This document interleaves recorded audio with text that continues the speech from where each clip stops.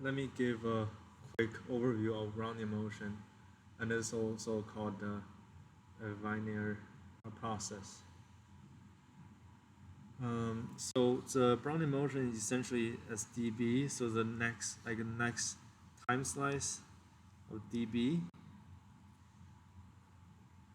of going imagine just going the y direction, and at the given time, it will, instead of going the one deterministic location like our normal calculus, it essentially give you a Gaussian distribution, which is written in this form. A Gaussian distribution is centered around 0, and with the standard deviation of square root of dt. I mean, recall the normal distribution. We can just expand this into things in form like that. You can imagine the standard deviation will become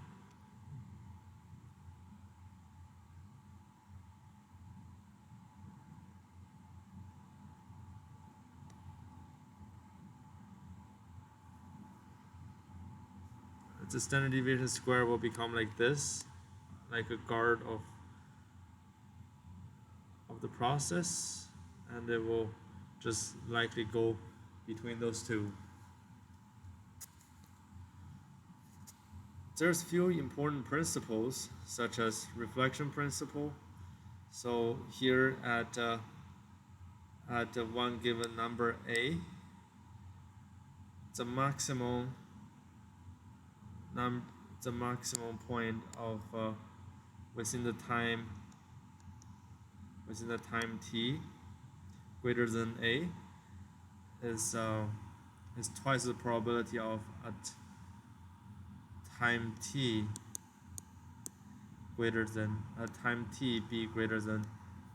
b greater than a, because you can imagine it can be reflected into. I have details calculation I'll link in the description.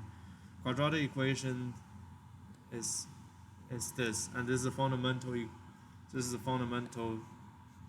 equation that determines that we cannot use standard calculus to deal with this problem.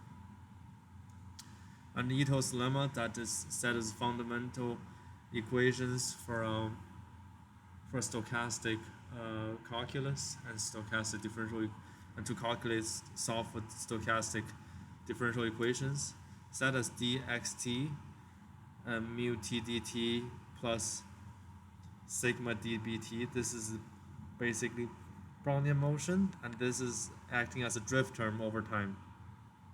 Then we can express a df, which is a function of t and big X.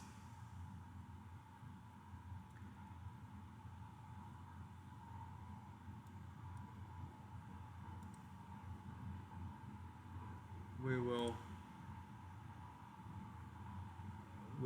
have the following expression. Again, I have all the detailed description in the separate video.